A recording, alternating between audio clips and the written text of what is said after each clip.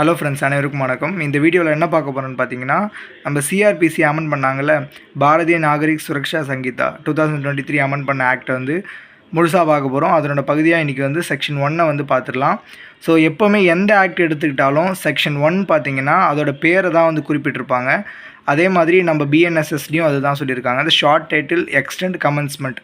அதோட டைட்டில் அது எவ்வளோ எக்ஸ்டெண்ட் ஆகும், எந்தெந்த இடத்துக்குலாம் வந்து அப்ளிகேஷன் ஆகுது, அப்புறம் வந்து அது என்றைக்கு வந்து ஃபோர்ஸ்க்கு வருது, கமென்ஸ்மெண்ட்டுன்னு சொல்லுவாங்க, என்றைக்கு வந்து ஃபோர்ஸ்க்கு வருதுன்றது தான் வந்து செக்ஷன் 1 கொடுத்துருப்பாங்க.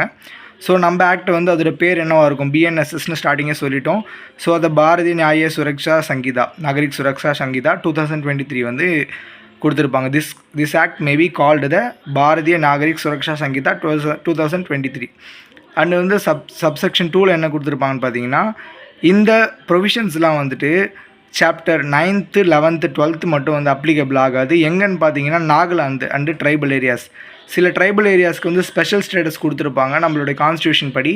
அந்த மாதிரி ஏரியாக்கில் வந்து அப்ளிகபிள் ஆகாது. பட் வந்து இதில் வந்து ஒன்று மென்ஷன் பண்ணியிருப்பாங்க.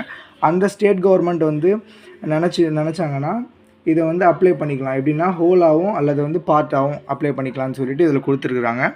அடுத்து வந்து பார்த்திங்கன்னா கமென்ஸ்மெண்ட்.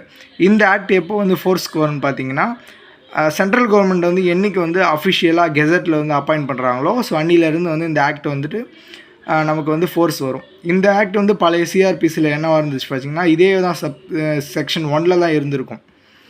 Thank you friends.